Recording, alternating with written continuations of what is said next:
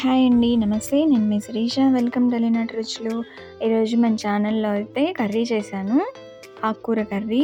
ఇది పొనగంటాకండి. పొనగంటాకుని కందిపప్పుతో కలిపి చేశాను. సో, పొనగంటాకు కళ్ళకి చాలా మంచిది గదా! చాలా చాలా మంచిది. సో, అదెలా చేయాలో చూసేద్దాము. ఇది 2 కట్టల ఆకండి. నేను శుభ్రంగా కడిగి వడేసేసాను. ఇప్పుడు సన్నగా కట్ చేసుకోవాలి. ఇందులో ఒక 3 స్పూన్లు కందిపప్పు తీసుకొని నీళ్లు పోసి హాఫ్ బాయిల్ చేసుకోవాలి. ఒక 5 నిమిషాలు ఉడికిస్తే సరిపోతుంది. ఒక 5 నిమిషాల తర్వాత సన్నగా కట్ చేసుకున్న ఆకు కూడా వేసేసుకొని ఇందులోనే కొంచెం పసుపు, వాటరు, సాల్ట్, కర్రీకి సరిపడా సాల్ట్ కూడా వేసేస్తున్నాము. ఇవన్నీ వేసి బాగా కలిపేసి ఒక 5 నిమిషాలు ఉడకనివ్వాలండి ఆకుని.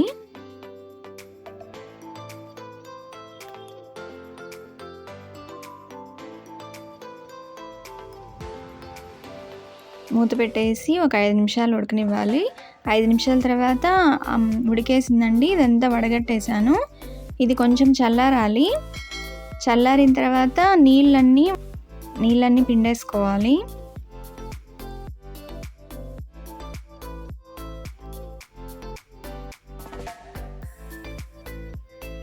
పిండేసుకున్న తర్వాత ఆకంతా పొడి పొడిగా వచ్చేస్తుంది. ఈ వాటర్ అయితే నేనైతే పారబోయనండి. ఒకవేళ రసం పెడితే రసంలో కలిపేస్తాను. చాలా మంచిది కదండి పొనగంటాకు. అందుకని నేను ఈ వాటర్ కూడా పారపోయాను. పాన్ పెట్టి 2 స్పూన్స్ ఆయిల్ వేసి కొంచెం ఆవాలు, మినపప్పు, పచ్చెనపప్పు, ఎండుమిర్చి వేసి కలుపుకొని ఒక 4 వెల్లుల్లిపాయలు కచ్చాపచ్చాగా దంచుకొని వేయించుకోవాలి. కరివేపాకు కూడా వేసుకోవాలి.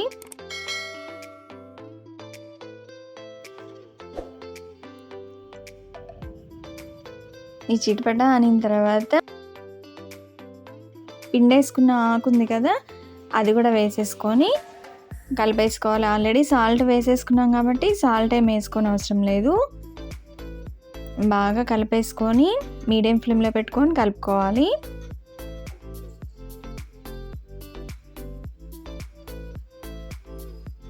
ఇప్పుడు 1 స్పూన్ షుగర్ వేసుకుంటున్నాను. కారం కూడా వేసేసుకుంటున్నాను. షుగర్ వేసినందువల్ల ఆకుకి కర్రీ చాలా బాగుంటుందండి. సరిపడినంత కారం కూడా వేసేసుకుంటున్నాను.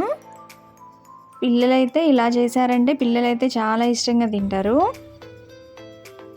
అంతే అండి. ఒక 2 మినిట్స్ తర్వాత స్టవ్ ఆఫ్ చేసేయడమే. సో, కర్రీ అయితే రెడీ అయిపోయిందండి. వారంలో ఒకసారి ఖచ్చితంగా పొనగంటాకు తింటే మంచిదండి. కళ్ళకి చాలా మంచిది. పిల్లలకి కూడా ఎక్కువ పెడితే చాలా మంచిది. సో, రెడీ అయిపోయింది. నేనైతే సర్వ్ చేస్తున్నాను. పొనగంటాకు పొడి కూర అండి. చాలా చాలా మంచిది. సో, మీరు కూడా ట్రై చేసి ఎలా వచ్చిందో కామెంట్ చేయండి. వీడియో నచ్చితే లైక్ చేసి, షేర్ చేసి, సబ్స్క్రైబ్ మాత్రం మర్చిపోవద్దండి. Thank you for watching.